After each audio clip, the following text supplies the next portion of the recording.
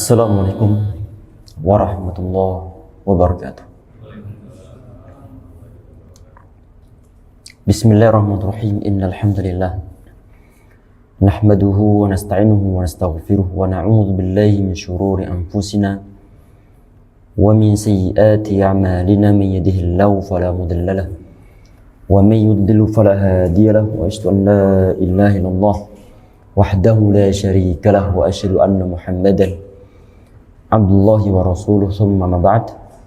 Jemaah sekalian yang insyaallah dirahmati oleh Allah Subhanahu wa taala, ini adalah pertemuan kita yang terakhir di Ramadan 1447 Hijriah ataupun 2026. Semoga Allah Subhanahu wa taala masih memberikan kita kesempatan untuk menjumpai Ramadan tahun-tahun sebelumnya, dan semoga sisa Ramadan beberapa hari lagi nanti ibadah kita, muamalah kita lebih baik daripada hari-hari sebelumnya. Amin ya rabbal alamin. Insyaallah untuk sore hari ini yang kita bahas ini hadis yang 210 berkaitan dengan masalah talbiyah. Mohon dibacakan. Bismillah. Ya, dari awal hadisnya. Bismillah. Hadis 210 dari Abdullah bin Umar radhiyallahu anhuma bahwasanya lafaz talbiyah Rasulullah sallallahu alaihi wasallam adalah labaika Allahumma labaik, labaika la syarika laka baik, innal hamda wa ni'mata laka wal mulk la syarika la.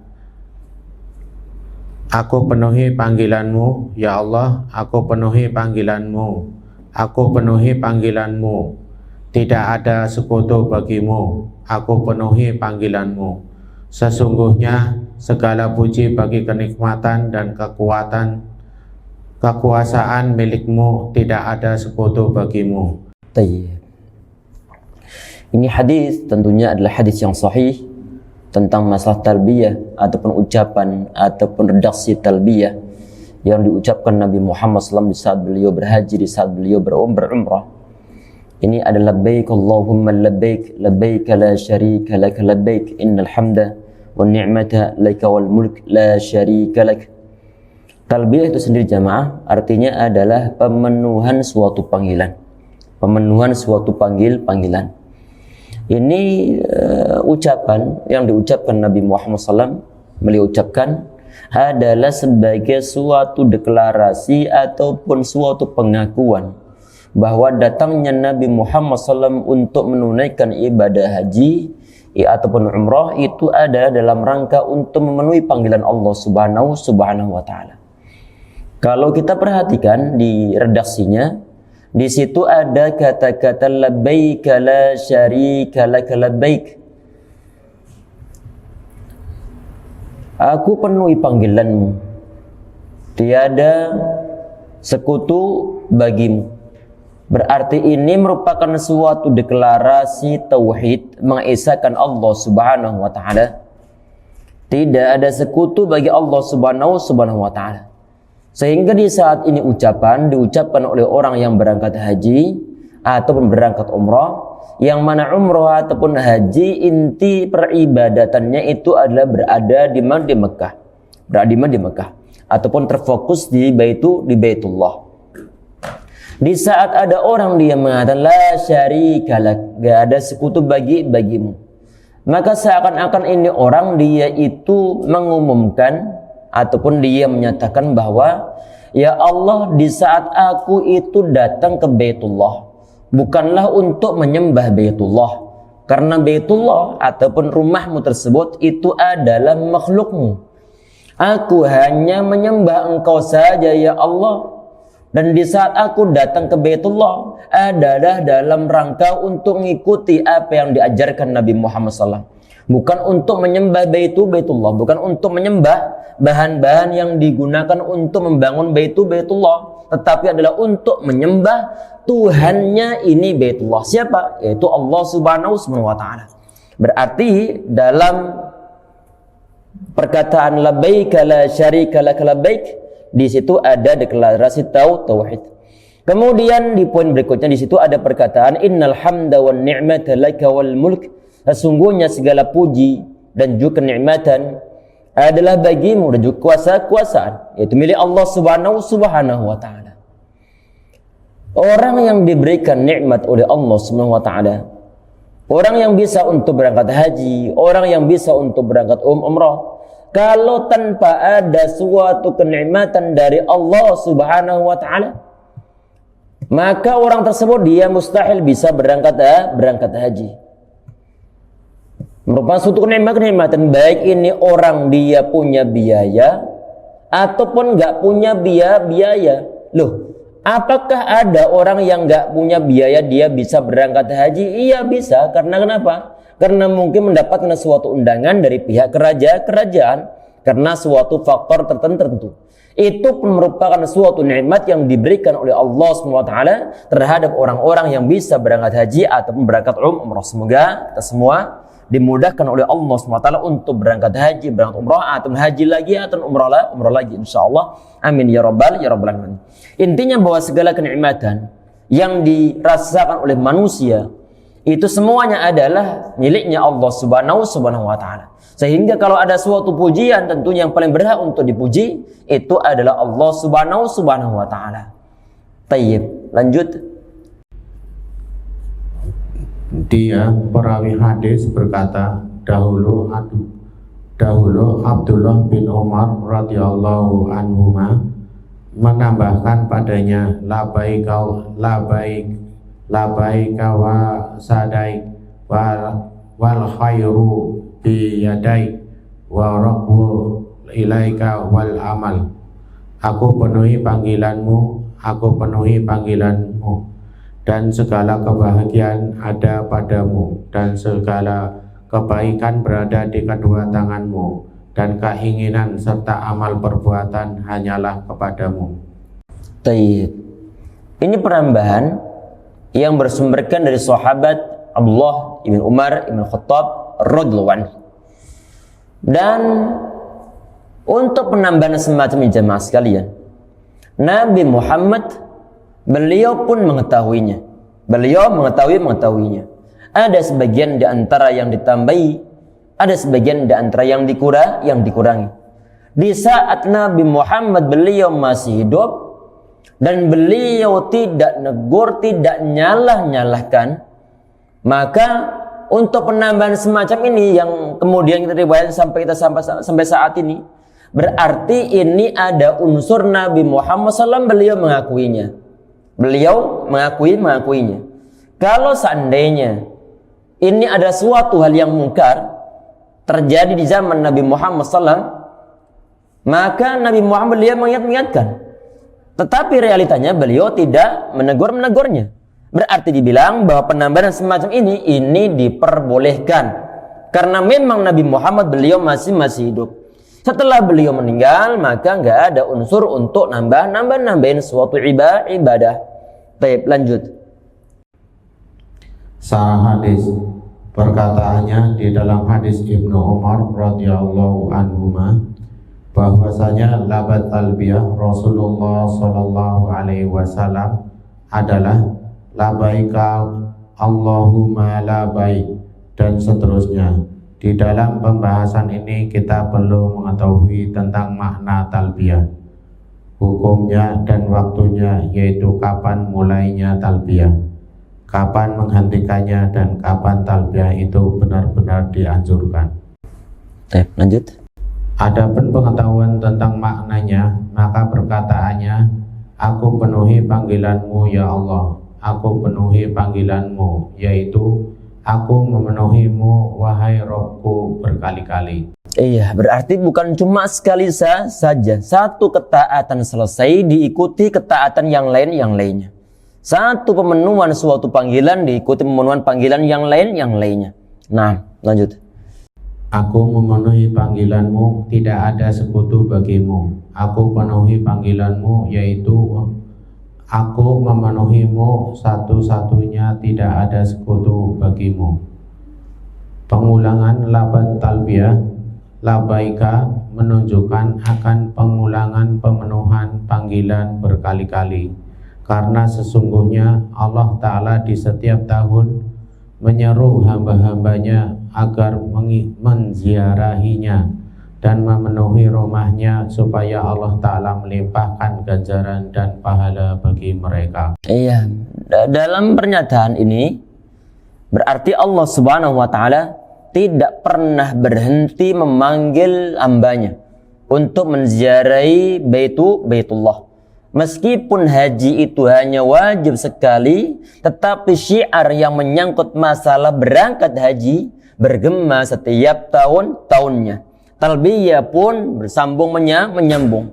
Baik, lanjut. Perkataannya, sesungguhnya segala puji, yaitu seluruh pujian dan sanjungan hanyalah milik Allah Ta'ala. Satu-satunya, tidak ada sekutu baginya. Jadi dialah zat yang disifati dengan seluruh sifat kesempurnaan dan disucikan dari seluruh sifat kekurangan. Taib. Seperti di sini, ini ada kata-kata innal hamdah. Innal hamdah. Ini para ulama di saat mereka membahas masalah innal hamdah ini, al yang ada pada alhamd ini adalah al disebut istighraq. Artinya mencakup segalanya, segala bentuk puji ini diberikan kepada Allah Subhanahu wa Ta'ala. Nah, lanjut. Perkataannya, kenikmatan, yaitu bahwa Allah Ta'ala dialah zat yang melimpahkan kenikmatan kepada para makhluknya. Dialah zat yang memiliki kenikmatan yang sempurna, dan dialah zat yang memiliki karunia dan anugerah satu-satunya, tidak ada sekutu baginya. Iya, segala nikmat milik Allah Subhanahu wa Ta'ala. Kemudian kita rasakan dalam setiap tarikan nafas kita. Tanpa nikmat dari Allah Subhanahu wa Ta'ala kita itu nggak akan bisa nafas. Tanpa nikmat dari Allah Subhanahu wa Ta'ala manusia nggak mungkin bisa hidup, nggak mungkin bisa berjalan. Tanpa nikmat Allah Subhanahu wa Ta'ala tidak mungkin kita itu bisa berjalan ke masjid atau melaksanakan suatu aktivitas. Nah, lanjut. Dan kekuasaan, yaitu dialah zat yang disifati dengan sifat kekuasaan yang dimiliki dan menguasai seluruh makhluk, dan dialah yang memiliki kerajaan langit dan bumi. Seluruh makhluk yang ada di langit dan di bumi adalah miliknya. Satu-satunya, tidak ada sekutu baginya. Dialah zat yang mengatur seluruh makhluk sebagaimana yang Dia kehendaki. Dia tidak patut dipertanyakan tentang apa yang diperbuatnya, dan merekalah yang harus dipertanyakan. Jadi di dalam perkataan dan kekuasaan terkandung 3 makna, yaitu kekuasaan, kerajaan, dan pengaturan. Baik, perhatiin jemaah. Tadi di situ ada kata-kata yang dalam bahasa Arab di sini adalah yus'alu amma yaf'al wa hum yus'alun. Dia tidak ditanya tentang apa yang dia kerjakan. Yang ditanya itu adalah kalian, yaitu umat manusia. Akan diminta tanggung jawab oleh Allah Subhanahu wa Ta'ala. Allah tidak ditanya dalam artian Allah tidak diminta tanggung jawab. Tetapi yang diminta tanggung jawab itu adalah manusia. Sehingga di saat misalnya ada orang dia protes kepada Allah SWT. Ya Allah, kenapa begini ya Allah? Dia nggak terima. Padahal Allah Subhanahu wa Ta'ala dia itu fa'alul lima yurid. Dia berbuat semau-mau dia. Nggak bisa untuk diminta tanggung jawab. Karena semua yang ada di dunia ini, semua yang ada di segala alam, semua adalah milik Allah SWT. Dan kepemilikan Allah tentang segala hal, kepemilikan yang mutlak. Berarti absolut. Kalau mutlak, maka nggak ada orang yang bisa ngomeh-ngomeh tentang apa yang dilaksanakan oleh Allah Subhanahu wa Ta'ala. Ibaratnya begini jamaah, walillahil mas'ul a'la. Di saat misalnya antum memiliki HP. HP ini nggak ada sangkut pautnya dengan tangga sebelah. Kemudian tahu-tahu karena suatu sebab, antum banting HP antum sendiri. Tetangga sebelah, dia nggak bisa melaporkan antum ke pengadilan. Karena kenapa? Karena tangga sebelah nggak ada hak untuk masalah HP ini. Karena HP ini adalah milik antum sendiri-sendiri. Kalau milik antum sendiri, antum berhak untuk ngapa-ngapain ini HP. Dan tangga sebelah nggak berhak untuk melapor kita karena tindakan kita. Tayyib. Allah Subhanahu wa taala pemilik segala-galanya. Kalau pemilik segala-galanya, maka dia punya otoritas mau ngapain terserah dia. Sehingga dibilang di sini la yus'alu amma yaf'al. Allah Subhanahu wa taala dia tidak ditanya tentang apa yang dia kerjakan. Wa hum yus'alun, sedang mereka semua akan ditanyai oleh Allah Subhanahu wa taala. Kenapa kok ditanya oleh Allah Subhanahu wa taala? Karena kita itu di dunia adalah diberikan hak untuk mengisi dunia ini untuk memanfaatkan dengan sebaik-baiknya. Dan ini adalah sebuah amanah. Di saat sebuah amanah, maka nanti akan diminta tanggung jawab oleh Allah SWT. Ente kemanakan amanah yang telah dibebankan di atas pundak Anda? Sehingga nanti akan diminta tanggung jawab oleh Allah SWT, akan dipertanyakan tentang selama ini amanah yang telah dipikul manusia diapakan. Tentunya kalau misalnya jamaah, kalau ada orang dia itu untuk urusan dunia, tentunya kita ini kan adalah mendapat suatu titipan dari Allah Subhanahu wa taala. Kalau dunia ini, kalau kendaraan, kalau rumah tangga, kalau rumah itu adalah titipan dari Allah Subhanahu wa taala, maka nanti akan ditanya oleh yang nitip. Pertanggungjawaban nanti saat berada di hadapan Allah Subhanahu wa taala. Apalagi memang dunia ini isinya ataupun dijadikan sebagai oleh Allah Subhanahu wa taala sebagai suatu bentuk ujian kepada umat manusia. Kalau bentuk ujian tentunya nanti perlu ada laporannya, ada lembaran penilaian. Ente apakan aja dunia ini? Nanti akan dihadapan dengan Allah Subhanahu wa taala. Baik, lanjut. Perkataannya, wa kana Abdullah ibnu Umar yazidu biha labaika wa sa'daik. Dahulu Abdullah bin Umar radhiyallahu anhuma menambahkan padanya labaik wasadaik. Itu adalah penegasan untuk memenuhan seruan Allah Ta'ala dalam bergegas menerapkan perintahnya berkali-kali. Sebentar, yang wasadaik terjemahnya apa di situ? Labaik. Yang wasadaik. Iya, diterjemah apa di situ? Bergegas menetapkan menahan seruan. Itu yang di hadis 210-nya. Dan bergegas, aku penuhi panggilanmu dan segala kebahagiaan ada padamu dan segala kebaikan dan berada di kedua tanganmu. Tayyib. Nah, lanjut. Ada kebahagiaannya. Nah, lanjut. Dan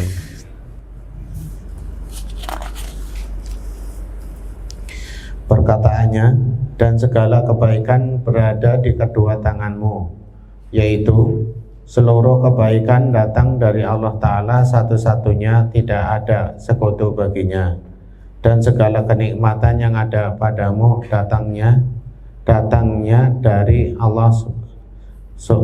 Quran surat An-Nahl ayat 53. Perkataannya, ya sebentar, di situ kalau kita perhatikan bahwa wa ma bikum min ni'matin fa min Allah, dan segala nikmat yang ada padamu maka datangnya adalah dari Allah Subhanahu wa taala. Perhatikan segala nikmat jamaah, segala nikmat.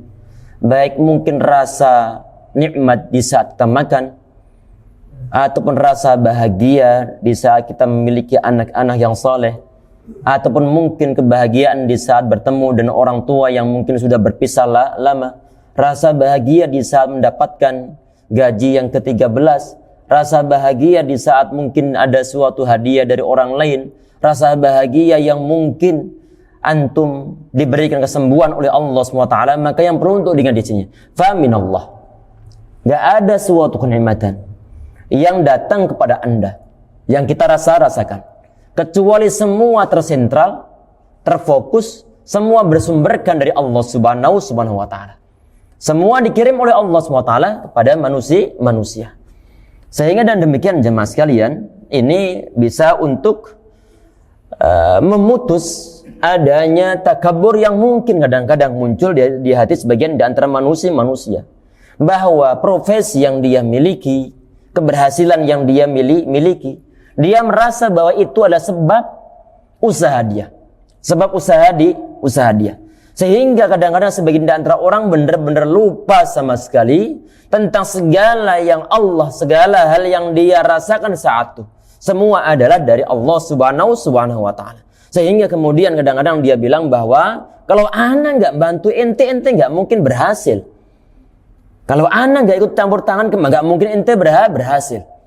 Tahib ini adalah suatu bentuk ketakaburan yang ada dalam suatu ucapan, dirasa ataupun nggak dirasa. Padahal kita aslinya adalah nol besar, tanpa ada suatu campur tangan dari Allah Subhanahu wa Ta'ala, tanpa ada suatu aliran arus nikmat yang datang dari Allah Subhanahu wa Ta'ala.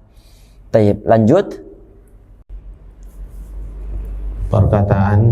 Perkataannya dan keinginan dan amal perbuatan hanyalah kepadamu, yaitu harapan dan amal perbuatan hanya kepadamu, satu-satunya tidak ada sekutu bagimu. Dalam ungkapan tersebut terdapat kesempurnaan, keikhlasan. Itulah makna lafaz talbiyah.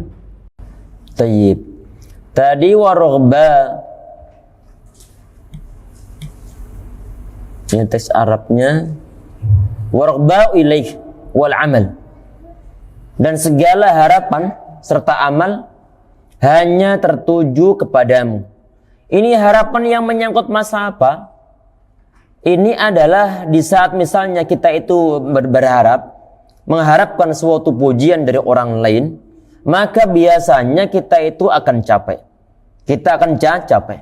Kalau mengharapkan balasan dari orang lain, kadang-kadang orang lain dia itu nggak ngeh untuk membalas suatu jasa yang antum berikan.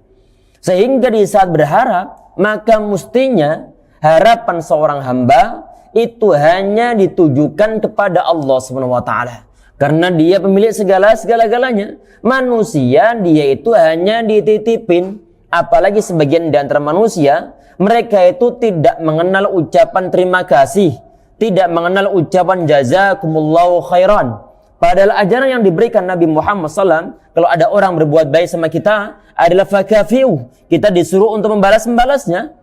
Minimal dan ucapan jazakumullahu khairan yang perlu untuk mendoakan dia. Sebagian di antara orang nggak ingat sama sekali. Sehingga di saat manusia, sebagian di antara mereka model-modelnya begitu, maka di saat kita itu berbuat sesuatu, jangan berharap kepada mereka, tetapi adalah berharap kepada Allah Subhanahu wa Ta'ala. Inna nut'imukum liwajhillahi la nuridu minkum jazaa'u wala syukura. Kami enggak mengharap bisa ngasih makan kepada kalian, tidak mengharapkan suatu pujian, tidak mengharapkan suatu rasa syukur ataupun terima kasih. Yang kami harapkan adalah merupakan balasan dari Allah Subhanahu wa Ta'ala. Kalau ada orang dia sudah berharap warghba ilaik wal amal perbuatan, ibadahnya, kemudian harapan ditujukan kepada Allah Subhanahu wa Ta'ala, insya Allah hidupnya lebih nyaman, hidupnya lebih tentrem daripada ngarep kepada orang lain.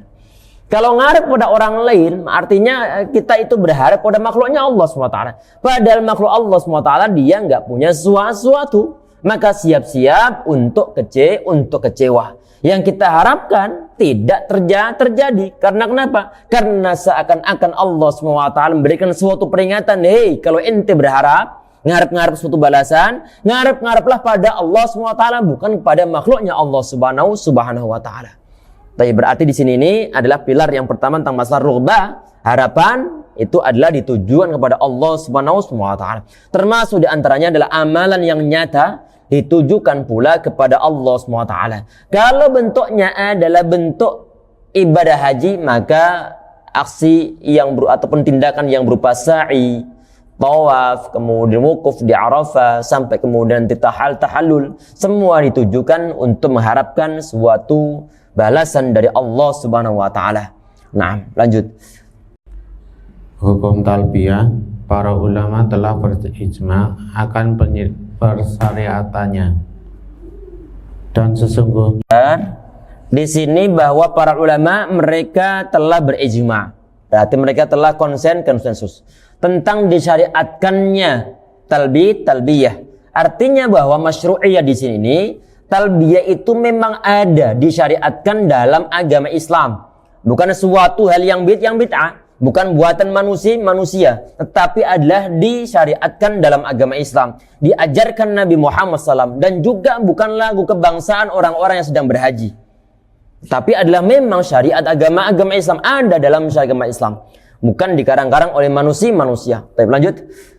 Dan sesungguhnya talbiyah itu termasuk dari syiar-syiar haji. Akan tetapi mereka berselisih pendapat tentang kewajibannya. Maksud tadi ini adalah setelah para ulama mereka itu berijma sepakat bahwa talbiyah itu masyru'ah disyariatkan dalam agama Islam. Setelah mereka itu berijma untuk masalah talbiyah, apakah talbiyah ini dia masyru' disyariatkan atau enggak? Maka jawabannya adalah disyariatkan. Baru kemudian terjadi suatu perselisihan pendapat dari kalangan para ulama menyangkut masalah apa? Hukum talbiyah itu sendiri. Apakah hukumnya wajibkah? Apakah hukumnya sunnahkah? Ini para ulama mereka berbeda pendapat. Nah, lanjut. Mazhab jumhur ulama menyatakan bahwa hukum talbiyah sunnah muakkadah dan tidak seyogianya ditinggalkan. Ya, kalau sunnah muakkadah berarti sangat ditekankan. Untuk pahala dari suatu hukum yang disebut sunnah biasa dan sunnah muakkadah, tentunya pahalanya lebih besar daripada sunnah yang disebut sunnah biasa. Sehingga jangan sampai ditinggalkan. Nah, lanjut. Dan itu adalah mazhab Imam Ahmad rahimahullah. Karena mazhab Imam Ahmad rahimahullah adalah seluruh ucapan yang disyariatkan di dalam ibadah haji hukumnya sunnah. Diriwayatkan juga darinya bahwa sebentar tadi maka sesungguhnya pendapat atau mazhab Imam Ahmad bahwa sesungguhnya seluruh apa? Kayaknya terlewat. Seluruh ucapan yang disyariatkan di dalam ibadah haji hukumnya sunnah. Iya, dari semua ucapan, mungkin talbiyah, mungkin bacaan dibaca di saat sa'i. Dalam mazhab Imam Ahmad rahimahullah dibilang bahwa semuanya yang berupa suatu qaul, suatu ucapan itu adalah sunnah hukumnya, bukan sesuatu yang wajib. Dalam mazhab Imam Ahmad bin Hanbal rahimahullah. Tapi lanjut. Diriwayatkan juga darinya bahwa hukum talbiyah adalah wajib, dan itu adalah mazhab Imam Malik rahimahullah. Tayyib.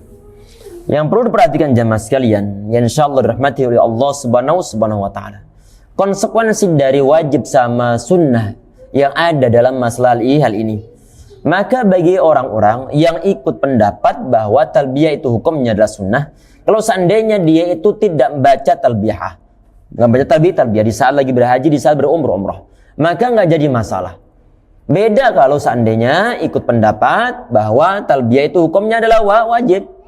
Maka kalau hukumnya wajib kemudian meninggalkan talbiyah, maka ada konsekuensi yang lain. Walaupun toh mungkin tidak sampai ke level membatalkan hajinya. Apa itu mungkin konsekuensinya? Adalah perlu untuk bayar dam. Ini adanya perbedaan pendapat, konsekuensi yang muncul, tentang perbedaan yang muncul antara apakah ini hukumnya sunnah, apakah hukumnya wajib. Nah, lanjut. Dan itulah pendapat yang sahih, karena Nabi SAW tidak pernah sama sekali meninggalkannya, dan beliau telah bersabda, ambillah oleh kalian dariku amalan-amalan haji kalian. Demikian juga para sahabat beliau selalu dan terus-menerus melakukan talbiyah. Ya, ini ada sebagian di antara ulama yang mengatakan bahwa hukum membaca talbiyah hukumnya adalah wajib. Dan ini kata beliau, ini yang dirojehkan oleh Syekh Nasr As-Sa'di rahimahullah, penulis kitab ini, bahwa atau penulis syarah kitab ini, bahwa hukum talbiyah itu adalah wajib. Karena kenapa? Nabi Muhammad SAW beliau tidak pernah meninggalkannya, dan para sahabat pun mereka tidak pernah meninggalkannya. Dan Nabi Muhammad SAW di samping beliau itu praktek dan tidak pernah meninggalkan talbiyah di saat beliau berhaji, di saat beliau berumrah. Nabi Muhammad SAW beliau nyuruh, khudu anni manasikakum, ambillah, pelajarilah dariku cara-cara ataupun ibadah-ibadah haji kalian. Nabi Muhammad SAW beliau praktek baca talbiyah dan kita disuruh untuk ikut beliau dalam proses pelaksanaan ibadah haji. Di antara proses yang beliau jalani itu adalah praktek untuk baca talbiyah.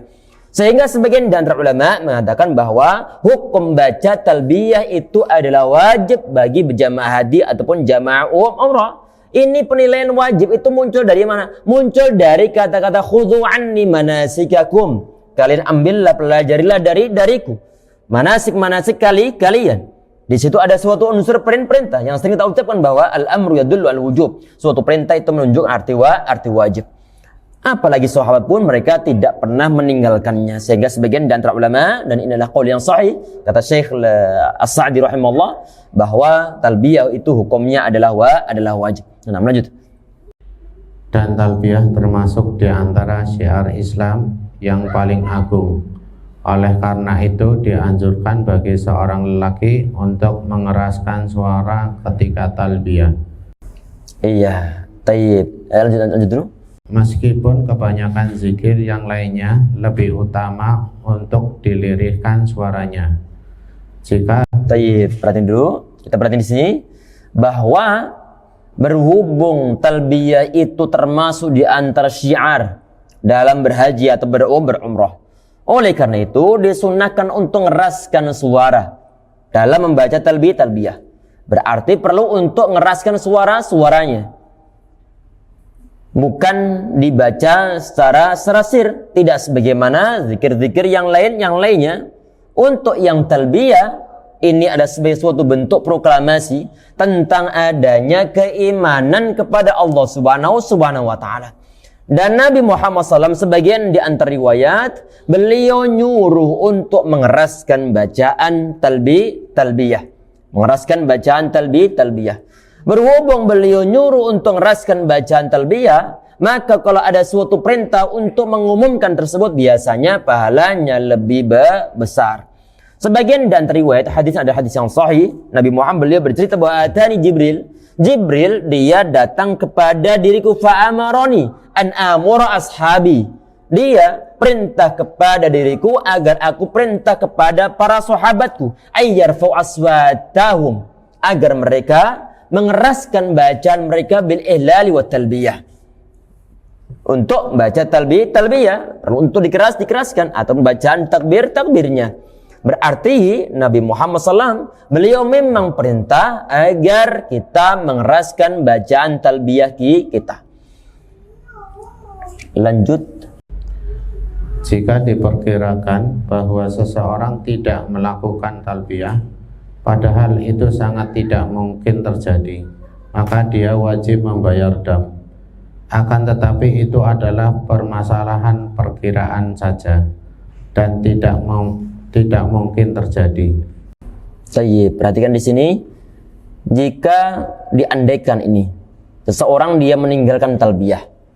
Kalau seandainya ada orang dia meninggalkan talbiyah di saat lagi berhaji. Tayyib. Maka bagi orang tersebut dia harus membayar dam. Ini konsekuensi dari suatu hukum di saat berhaji. Ada sebagian di antara amalan dibilang bahwa amalannya hukumnya adalah wajib. Bagi orang yang meninggalkan, maka wajib hukumnya untuk membayar dam. Apakah ada, baru kemudian dibahas, apakah ada orang yang meninggalkan talbiyah? Kalau seandainya ada, maka ini sangat langka. Dan ini sekedar suatu permisalan teori saja. Kalau memang ada orang meninggalkan talbiyah, walaupun ini hampir mustahil ini. Hampir mustahil. Karena kenapa? Ibaratnya begini jamaah. Kita itu untuk berangkat haji kan antri sampai puluhan tahun. Dengan biaya yang sebegitu besarnya. Sampai ke sana ada orang baca talbiyah, padahal itu disyariatkan. Masa kita diam-diaman saja? Sesuatu yang hampir mustahil terjadi. Padahal Nabi Muhammad beliau perintah dan beliau pun praktek dan para sahabat pun praktek dan orang-orang zaman saat ini pun praktek. Sehingga hampir mustahil di saat ada orang berangkat haji, kemudian di saat ada orang baca talbiyah, kemudian dia diam-diam saja. Sehingga dibilang oleh beliau di sini, ini adalah sekedar suatu permisalan saja secara teori yang hampir tidak terjadi. Jelas insyaallah ya, yang hampir enggak terjadi. Baik, lanjut. Waktu talbiyah dianjurkan memenuhi talbiyah sejak melakukan ihram untuk umroh atau untuk ibadah haji. Iya, berarti sejak saat ditanya misalnya kapan orang yang haji sama umroh tersebut dia perlu ataupun disyariatkan untuk membaca talbiyah, di saat dia itu sudah berniat untuk ihram dan juga berniat untuk ihram haji ataupun untuk ihram umrah. Dan yang dipraktikkan Nabi Muhammad SAW itu adalah di saat beliau sudah naik di atas kendaraannya beliau. Maka dari situlah Nabi Muhammad SAW beliau memulai untuk baca talbiyah.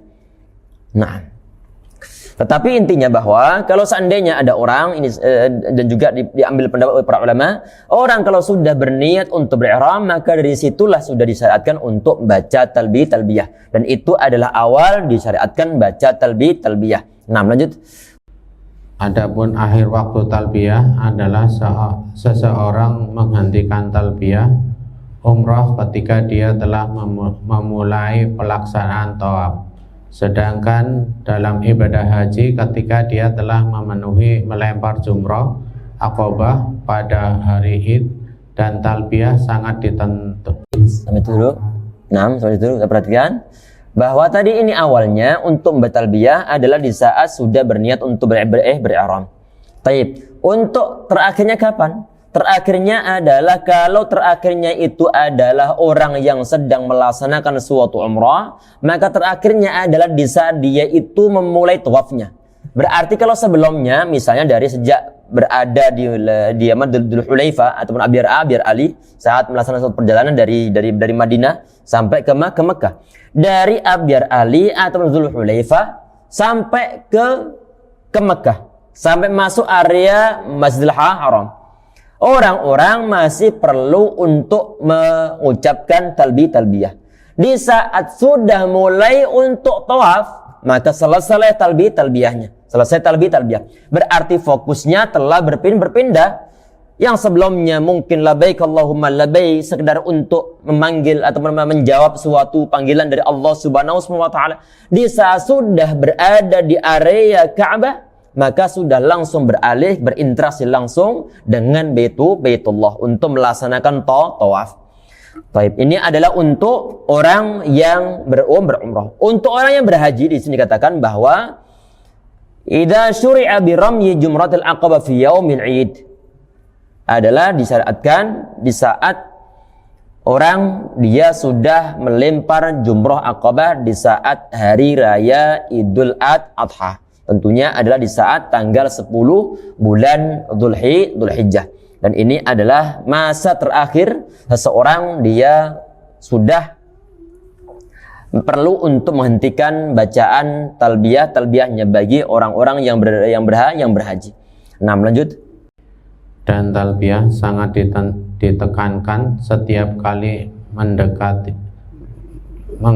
mendaki tempat yang tinggi, turun ke sebuah lembah, berjumpa dengan kawan-kawan, naik dan turun dari kendaraan, datangnya siang dan malam, melihat suatu tempat bermalam, mendengar seorang yang bertalbiyah, dan sebab-sebab yang lainnya.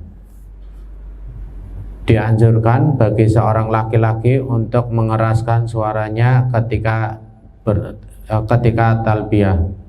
Sedangkan seorang wanita tidak boleh mengeraskan suaranya kecuali sebatas memperdengarkan teman yang ada di sampingnya. Baik, kita perhatikan di sini. Tadi dibahas di poinnya di situ bahwa seorang laki-laki ini dia yarfa'ur rajulu biha sautahu. Seorang laki-laki di saat dia membaca talbiyah, dia perlu untuk meraskan bacaan talbiyahnya. Karena tadi Nabi Muhammad SAW beliau mengatakan bahwa atan Jibril fa amaroni, Jibril dia perintah mendatangi diriku, kemudian dia perintah pada diriku agar aku perintah kepada para sahabatku untuk ngeraskan bacaan talbiyahnya. Ini yang menjadi suatu dasar bahwa untuk kaum laki-laki mengeraskan bacaan talbiyahnya. Untuk yang perempuan bagaimana? Di sini dibilang bahwa untuk perempuan sekedar terdengar oleh teman di sampingnya, berarti tidak perlu untuk sampai keras karena nanti menjadi suatu pusat perhatian kaum laki-laki. Setan dimanapun dia berada, manusia berada dimanapun juga, setan senantiasa ada. Di saat ada suara perempuan, kadang-kadang orang yang lagi ibadah pun pengen noleh, ini suara siapa, lembutnya bukan main ini. Lembutnya bukan main. Sehingga ini yang dirojek oleh Syekh Islam Ibnu Taimiyah bahwa untuk kaum perempuan itu adalah ngeraskan sekedar didengar oleh orang yang berada di sampingnya. Orang yang berada di samping-sampingnya. Tayyib. Ini titik tengah karena sebagian di antara ulama mengatakan bahwa untuk perempuan nggak perlu untuk dikeraskan, secara sir saja.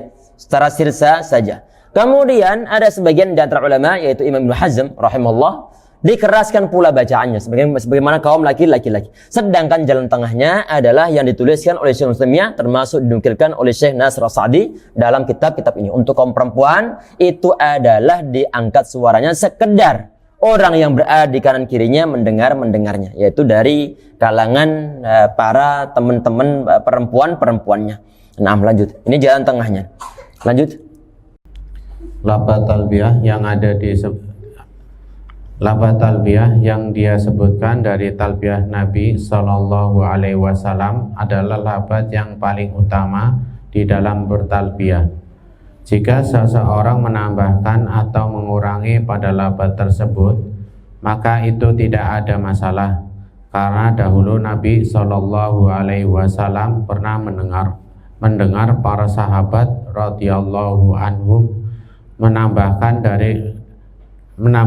dan mengurangi lafaz talbiyah, dan beliau tidak mengingkari perbuatan mereka.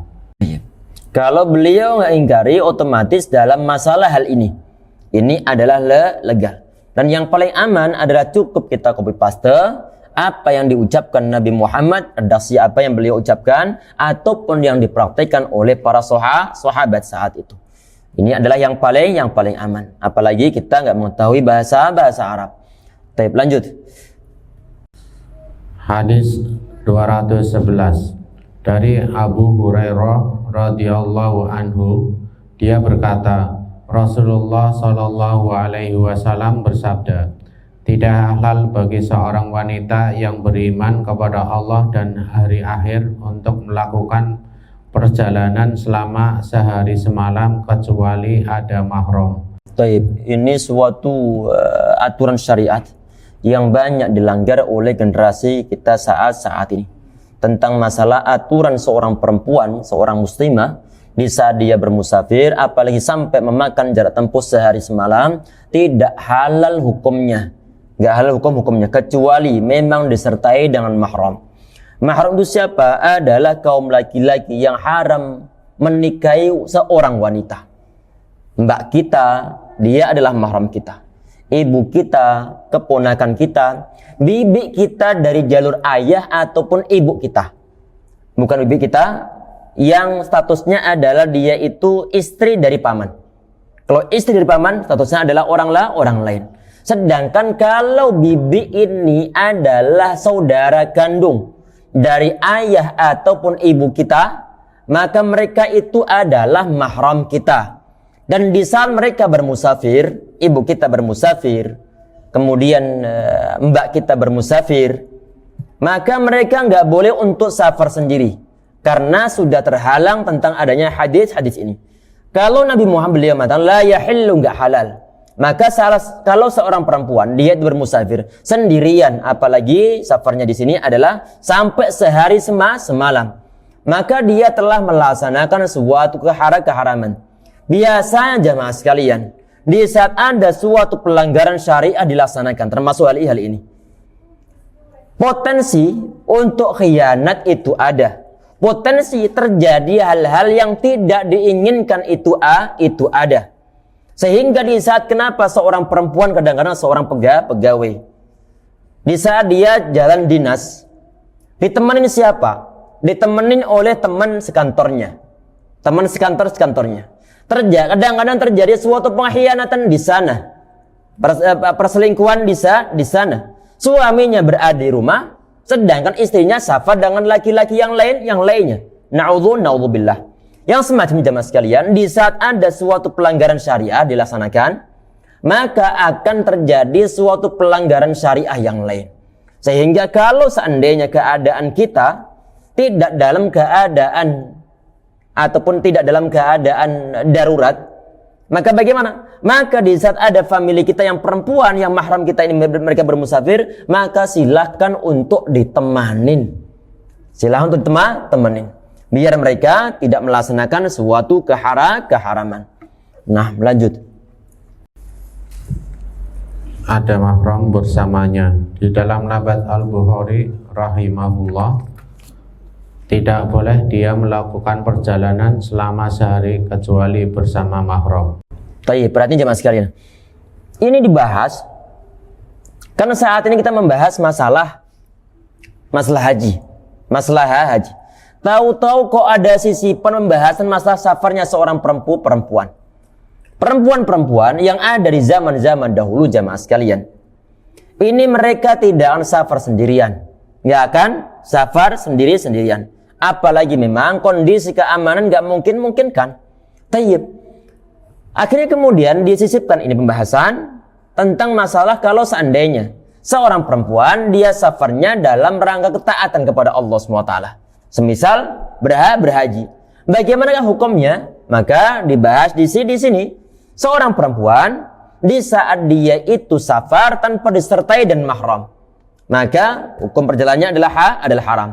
Kemudian ada suatu pertimbangan dalam mazhab Imam Syafi'i rahimahullah untuk seorang perempuan di saat dia safar bersamaan dengan kaum perempuan yang amanah, maka dia diperbolehkan. Yang aman diperbolehkan safar dengan mereka walaupun tidak disertai dengan mahram. Ini yang ada dalam mazhab Al-Imam Syafi'i rahimahullah. Baik, lanjut. Sarah hadis. Sabda beliau sallallahu alaihi wasallam di dalam hadis Abu Hurairah radhiyallahu anhu, tidak halal bagi seorang wanita yang beriman kepada Allah dan hari akhir untuk melakukan perjalanan selama sehari semalam kecuali bersama mahram. Sedangkan lafaz Al-Bukhari rahimahullah, tidak boleh dia melakukan perjalanan selama sehari kecuali bersama mahram. Di dalam hadis tersebut di atas terdapat penjelasan bahwa seorang wanita diharamkan untuk melakukan perjalanan jauh kecuali bersama mahramnya, dan disyaratkan agar mahramnya itu adalah orang yang berakal dan telah balik, dan wanita itu berada di bawah pengawasan dan perhatiannya, sehingga tidaklah cukup sekedar dia berada bersama rombongan. Tayyib. Perhatiin dulu jemaah sekalian. Ini kan yang perlu untuk kita yakin dalam hati kita bahwa syariat yang dibawa Nabi Muhammad SAW adalah demi kemaslahatan umatnya, demi kenyamanan umatnya, baik dunia ataupun di akhirat. Dan pasti ada hikmah di dalamnya. Tentang masalah safarnya seorang perempuan jamaah sekalian, di antara hikmahnya ada sebagai suatu bentuk perlindungan kepada kaum perempuan secara fisik mereka. Perjalanan cukup jauh, apalagi zaman-zaman dahulu. Risiko keamanan itu sangat tinggi. Perlu suatu pengaman. Adanya mahram adalah berfungsi sebagai seorang pelindung, sebagai protektornya dari gangguan jahat ataupun yang lain sebagainya. Apalagi secara kodratnya kaum perempuan itu adalah manusia yang lemah. Walaupun ada sebagian di antara kaum perempuan yang lebih kuat daripada kaum laki-laki, tetapi kodrat pada umumnya kaum perempuan itu lemah. Di saat mereka safarnya sendiri, kemudian timbul suatu hal di tengah jalan, menyangkut masalah kendaraan rusaklah, sedangkan barang bawaannya banyak. Kalau di situ ada mahram, insya Allah akan terbantukan. Kadang-kadang juga perlu di saat perjalanan kemudian ada suatu rasa stres ataupun yang lain sebagainya. Adanya mahram adalah untuk menghibur mereka. Sehingga dan demikian jamaah sekalian, ya insya Allah dirahmati oleh Allah SWT, adanya mahram yang nemenin di saat seorang perempuan safar sangat bermanfaat. Termasuk diantaranya adalah untuk sebagai bentuk penjagaan akan kehormatan ini si perempuan tidak diganggu oleh kaum laki-laki yang lainnya, biar mereka aman dari fitnah, aman dari suatu gangguan. Oleh karena itu di sini disyaratkan wa ishtaratu fil mahrami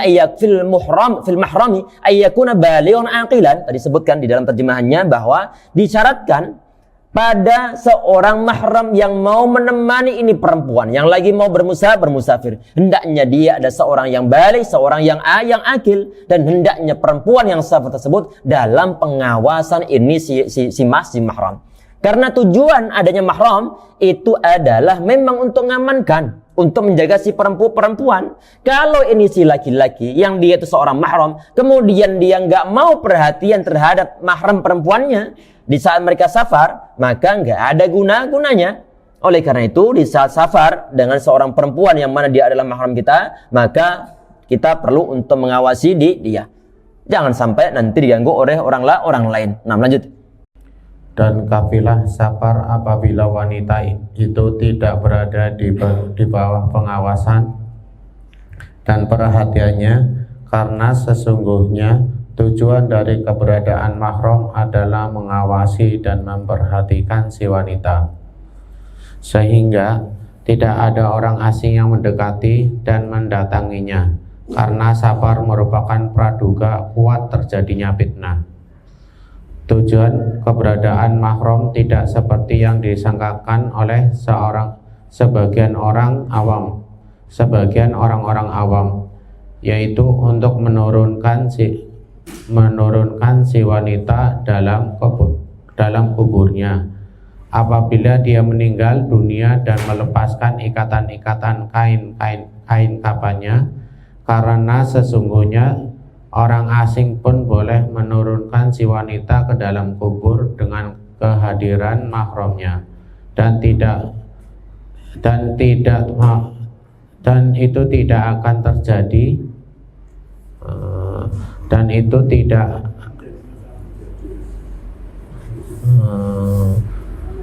itu tidak akan menjadi masalah terlebih khusus jika ada seorang asing itu terdapat sesuatu alasan yang menguatkannya. Misalnya dia adalah seorang yang memiliki ilmu dan pengalaman, bahkan dia lebih baik daripada mahramnya, maka bisa jadi dia lebih didahulukan dengan alasan tersebut. Iya, sebentar. Ini beliau menerangkan di sini bahwa adanya mahram tadi tujuannya adalah untuk melindungi kaum perempuan di saat mereka safar. Bukan sebagaimana yang dikira oleh sebagian di antara orang awam. Adanya mahram itu adalah nanti kalau misalnya si perempuan dia meninggal, biar nanti ada yang nerima di lubang kuburannya. Kalau itu alasannya, maka aslinya seorang ajanib, seorang yang tidak ada ikatan kemahraman, dia bisa untuk membantu. Apalagi mungkin dalam keadaan darurat. Bagaimana daruratnya? Misalnya mahram yang laki-laki cuma satu saja, sedangkan untuk nerima seorang jenazah itu perlu minimal adalah 3, berarti masih kurang 2 orang lagi. Perempuan yang disuruh untuk masuk ke dalam ruang kuburan untuk nerima jenazah, ini timbul suatu kemungkaran yang lainnya. Yang paling minim apa? Adalah mendatangkan laki-laki yang tidak ada ikatan kemahraman. Apalagi dalam keadaan darurat, apalagi memang kadang-kadang ada suatu alasan yang mendasari, alasan yang cukup logis. Apa itu? Karena mungkin di antara mahram yang ada yang mau nerima jenazah di dalam kuburannya, ini mereka nggak punya suatu pengalaman sama sekali, nggak pernah melihat orang di kuburan juga, karena prioritas untuk dapat pahala nggak ada, sehingga pengalaman nggak ada, kemudian mereka pun takut. Akhirnya kemudian minta tolong kepada orang lain yang tidak ada suatu ikatan kemahraman. maka dalam keadaan begitu diperbolehkan. Nah, lanjut. Apabila tujuan dari keberadaan mahram adalah menjaga si wanita dari kedatangan orang-orang asing, lalu jika tidak disyaratkan agar dia termasuk di dalam kelompok yang dimiliki oleh wanita itu, maka minimal disyaratkan agar mahram itu dapat menjaganya dan selalu mengawasi dan memperhatikannya. Jika wanita itu tidak mendapatkan seorang mahram, maka dia tidak wajib melaksanakan ibadah haji karena dia boleh mampu melaksanakannya. Lalu jika dia terputus asa untuk mendapatkan, Sebentar dulu, kita perhatikan bahwa di antara arti dari as-sabil yaitu walillahi nasi hajjul bait man istata'a ilaihi sabila, ya, walillahi 'alan nasi hajjul baiti man istata'a ilaihi sabila. Tayyib, ada sabil di sana kan, di antara maknanya adalah az-zat war rahilah, yaitu adanya bekal dan juga kendaraan ada. Termasuk di antara di sini masukkan adalah seorang perempuan yang dia itu tidak memiliki mahram, maka diartikan dia ini untuk ke arah sana as-sabilnya ini enggak ada. Oleh karena itu, walaupun toh ada biaya, walaupun toh ada kendaraan, walaupun toh ada yang lainnya pula, tetapi untuk mahramnya enggak ada, maka enggak bisa untuk safar. Oleh karena itu ditetapkan oleh Kementerian Agama bahwa seorang perempuan di saat dia itu mau safar untuk berhaji, maka perlu ada mahramnya. Perlu ada mahramnya. Baik, lanjut. lalu jika dia terputus asa untuk mendapatkan seorang mahram, Maksudnya putus asa di sini adalah dia nggak memiliki mahram sama sekali, nggak punya mahram sama sekali. Nah, maka dia mencari seorang yang mewakilinya dalam melaksanakan ibadah haji itu jika dia mampu dengan hartanya. Lalu jika dia mendapatkan, berarti hajinya adalah haji apa istilah Indonesia? Haji badal. Karena merasa nggak mampu, kalau anak berangkat sendiri nggak mampu. Apalagi misalnya ada orang yang sudah sepuh banget, dia pengen berhaji, nggak bisa berhaji, dan dia ada duit, akhirnya kemudian dia minta hajikan, dan menggunakan harta yang dia miliki. Nah, lanjut. seorang mahram meskipun dengan membayar upah, maka dia harus melaksanakannya jika mampu membayarkan upah untuknya. Ya, begini maksudnya. Misalnya ada seorang perempuan, dia sudah punya biaya berangkat haji. Dia pengen berangkat haji, cuman masalahnya dia nggak memiliki mahram yang mau berangkat haji saat itu. Ada, ternyata ini adalah Pak D-nya ataupun kakak dari bapaknya, kakak dari ayahnya si perempuan. Akhirnya kemudian berhubung Pak D ini dia nggak memiliki biaya, si perempuan dia punya biaya, ya udah Pak D temenin anak, nanti anak yang ongkosin. Itu sah hukumnya. Nah, lanjut. Karena suatu kewajiban yang tidak dapat sempurna kecuali dengan suatu perkara, maka hukumnya perkara itu wajib. Nah, si perempuan ini dia nggak bisa untuk berangkat haji kecuali memang mengongkosi ini si paman, mengongkosi si paman. Si perempuan dia memiliki biayanya, dan juga kalau seandainya untuk biayai 2 orang lagi dia masih bisa. Maka bagaimana hukumnya mengongkosi si paman ini? Hukumnya adalah wajib, karena dia itu si perempuan, dia sedang mau melaksanakan suatu ibadah wajib, maka wasilah untuk menuju ke arah sana, ke arah yang wajib, maka itu hukumnya adalah wajib. Sehingga dibilang bahwa bagi seorang ini perempuan yang dia bisa ngongkosin pamannya, maka ngongkosin pamannya tersebut hukumnya adalah wajib, biar nanti dia punya mahram. Itu maksudnya. Nah, lanjut. Selanjutnya, para ulama berselisih pendapat apabila haji seorang wanita tetap sah jika dia melaksanakannya tanpa didampingi seorang mahram atau tidak sah. Pendapat yang sahih bahwa hajinya tetap sah, akan tetapi dia mendapatkan dosa yang sangat besar. Berarti jemaah sekalian, para ulama mereka berbeda pendapat tentang masalah kalau seandainya perempuan ini dia ini tetap kekeh untuk berangkat haji sendiri. Berangkat haji sendiri tanpa disertai dengan mahram. Pertanyaannya, kalau dia berangkat haji sendiri tanpa disertai mahram, apakah hajinya sah ataupun hajinya enggak sah? Maka jawabannya, hajinya sah tetapi ma'al itsm, disertai dengan dosa yang besar. Sebagaimana misalnya ada orang, kan mestinya kita itu di saat sholat adalah menggunakan pakaian-pakaian yang halal, pakaian-pakaian yang halal. Tahu-tahu kemudian ada seorang maling, dia mengambil sarung milik orang lain, kemudian dia sholat menggunakan sarung tersebut. Taib. Pertanyaannya adalah, apakah sholatnya maling ini hukumnya sah? Hukumnya sah, tetapi ma'al itsm, disertai dengan dosa. Sahnya kenapa? Asalkan syarat rukunnya semua terpenuhi, maka hukumnya adalah sah sholatnya. Cuman saja berdosa. Karena kenapa? Menggunakan barang miliknya orang lain tanpa hak. Dan itu hukumnya adalah haram. Oleh karena dibilang bahwa seseorang yang beribadah kepada Allah SWT semua syarat dan juga rukunnya terpenuhi, maka hukumnya adalah sah. Kalau ada suatu tindakan yang haram yang dia laksanakan, maka dia berdosa sebagaimana yang ada poin dalam pembahasan kita saat ini. Nah, lanjut.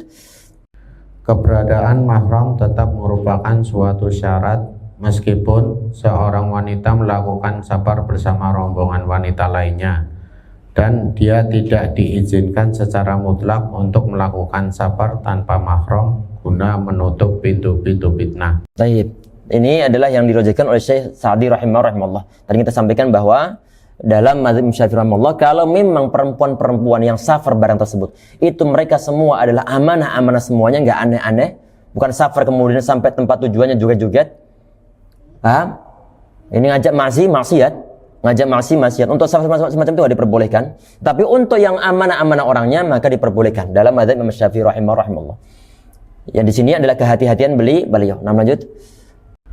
Mahram wanita adalah suaminya atau lelaki yang haram menikahinya untuk selamanya, baik karena hubungan nasab maupun karena sebab yang mengubah seperti sesuatu dan sejenisnya. Baik, perhatikan, yang masuk dalam kategori mahram di sini dibilang oleh beliau adalah zaujuah, adalah suaminya. Kemudian orang yang haram bagi dia untuk menikahi ini si perempuan, haram hukumnya yang selama-lamanya. Sebab apapun pula seorang laki-laki dia nggak boleh nikahi ibundanya, nggak boleh nikahi kakak perempuannya, nggak boleh nikahi bibinya, nggak boleh nikahi keponakannya, nggak boleh menikahi mbah perempuannya. Tayyib, ini adalah mereka semuanya adalah mahram mu'abbad, mahram yang selama-lamanya, mahram permanen. Ataupun mahramnya tadi sebab nasab tadi telah kita sampaikan, berarti anak perempuannya, ataupun sebab yang diperbolehkan, sababin mubahin karadha'in wa nahwi, ataupun sebab yang diperbolehkan yaitu berupa sepersusuan. Kita ini jamaah ataupun seorang laki-laki yang dia itu semasa bayinya pernah disusuin sampai 5 kali susuan oleh seorang perempuan, yang mana perempuan ini kebetulan dia ini memiliki anak perempuan yang bayi pula. Maka hubungan antara ini laki-laki sama bayi perempuan ini adalah satu mahram, adalah mahram. Sebab apa? Sebab radha'ah, sebab sepersusuan. Mereka berdua nggak boleh untuk menikah nanti ke masa depannya. Kalau mereka haram hukumnya untuk menikah, maka bagaimana? Maka artinya mereka boleh untuk berdua-duaan. Karena hukum-hukum yang berkaitan dengan nasab untuk masa kemahraman ini sebagaimana hukum yang berkaitan dengan masa radha ataupun sebaliknya. Nah, lanjut. Dan itulah pendapat yang masyhur dari mazhab Ahmad rahimahumullah. Akan tetapi pendapat yang sahih adalah pendapat lain yang diriwayatkan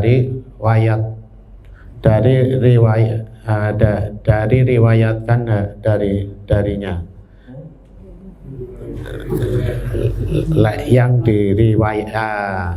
yang diriwayatkan darinya, yaitu bahwa mahramnya adalah suaminya atau lelaki yang haram menikahinya, baik karena hubungan nasab maupun karena sebab yang mubah, dan tidak diisyaratkan agar dia haram menikahinya untuk selamanya. Atas dasar itu, apabila seorang wanita tidak mendapatkan seorang mahram dan dia mampu membeli seorang budak maka dia harus membelinya dan budak itu pun dapat menjadi mahram baginya. Mendahului. Lanjut. Bab baru. Sebentar. Ini kurang 10 menit.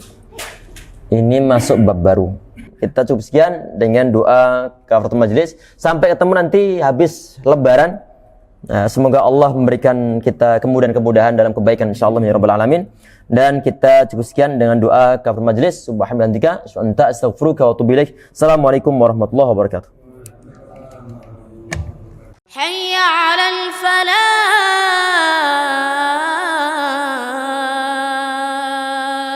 حي على الفلاح